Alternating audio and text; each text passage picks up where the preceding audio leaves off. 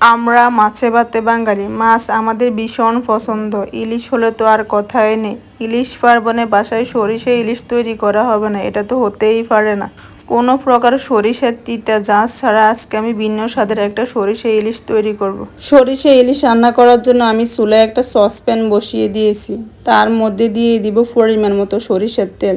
সরিষা ইলিশ অবশ্যই সরিষার তেল দিয়ে রান্না করার চেষ্টা করবেন, তাহলে সরিষা ইলিশের অথেন্টিক টেস্ট পাবেন। তেল গরম হয়ে গেলে এখন আমি দিয়ে দিব আগে থেকে কেটে রাখা পেঁয়াজ কুচি। পেঁয়াজ কুচি আমি তেলের মধ্যে কিছুক্ষণ ভেজে নিব, বাদামি কালার হয়ে আসা পর্যন্ত। পেঁয়াজ লাল হয়ে গেছে, এখন আমি দিয়ে দিব পেঁয়াজ বাটা। পেঁয়াজ বাটা আমি তেলের মধ্যে কিছুক্ষণ ভেজে নেব, পেঁয়াজের কাঁচা গন্ধ চলে যাওয়া পর্যন্ত। পেঁয়াজ কিছুক্ষণ ভেজে নেওয়ার পর এখন আমি দিয়ে দিব সরিষা বাটা। এখানে আমি সরিষার সাথে 7-8টা কাঁচামরিচ, 10-12টা কাজু বাদাম, সামান্য পরিমাণ লবণ দিয়ে সব কিছু একসাথে ভালোভাবে ব্লেন্ডার জারে ব্লেন্ড করে নিয়েছি। আপনারা চাইলে শিলপাটায়ও বেটে নিতে পারেন।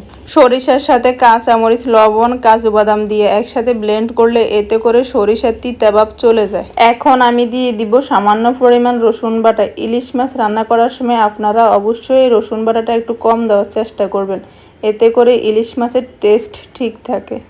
এখন আমি সব মশলার তেলের মধ্যে আরও কিছুক্ষণ ভেজে নিব, কাঁচা গন্ধ চলে যাওয়া পর্যন্ত। আমার মশলা থেকে তেল উঠে এসেছে, এখন আমি দিয়ে দিব সামান্য পরিমাণ পানি, যেন মশলা না পুড়ে যায়। এখন দিয়ে দিব সামান্য পরিমাণ চিনি, দিয়ে দিব 1 টেবিল চামচ পরিমাণ মরিচ গুঁড়া, 1 টেবিল চামচ পরিমাণ হলুদ গুঁড়া। এখানে হলুদ মরিচের গুঁড়া আপনারা আপনাদের টেস্ট অনুযায়ী দিয়ে নেবেন। এখানে আমি লবণ দিইনি, কারণ আমি সরিষা ব্লেন্ড করার সময় লবণ দিয়েছি। এখন আমি সব কিছু একসাথে ভালোভাবে মিক্স করে নেব। এখন আপনাদের প্রশ্ন থাকতে পারে সরিষা ইলিশের মধ্যে কেন চিনি দিয়েছি। চিনি দিলে সরিষা ইলিশের স্বাদের ব্যালেন্স হবে। আমার মশলা কষিয়ে নেওয়া হয়ে গেছে, মশলা থেকে তেল উঠে এসেছে। এখন আমি দিয়ে দিব 1 কাপ পরিমাণ দুধ। দুধ দিয়ে আমি মশলা আরও কিছুক্ষণ কষিয়ে নিব। যে কোনো রান্নার মশলা যত ভালোভাবে কষিয়ে নেবেন আপনার রান্নার স্বাদ তত ভালো হবে।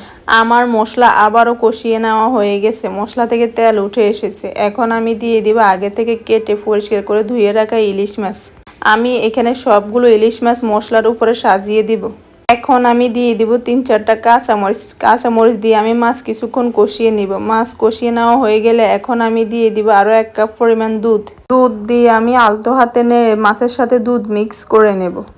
এখন আমি একটা ঢাকনা দিয়ে ঢেকে মাছ সিদ্ধ হওয়া পর্যন্ত রান্না করে নিব। ইলিশ মাছ রান্না করতে বেশিক্ষণ সময় লাগে না। আমার মাছ রান্না হয়ে গেছে, মাছ থেকে তেল উঠে এসেছে। এখন আমি উপরে দিয়ে সামান্য পরিমাণ ঘি দিয়ে দিব, এতে করে ইলিশ মাছের শাহী একটা ফ্লেভার আসবে। আমি বলবো যারা কখনো এভাবে ইলিশ মাছ রান্না করে খাননি, একবার হলেও খেয়ে দেখবেন, এটার স্বাদ আপনার মুখে লেগে থাকবে।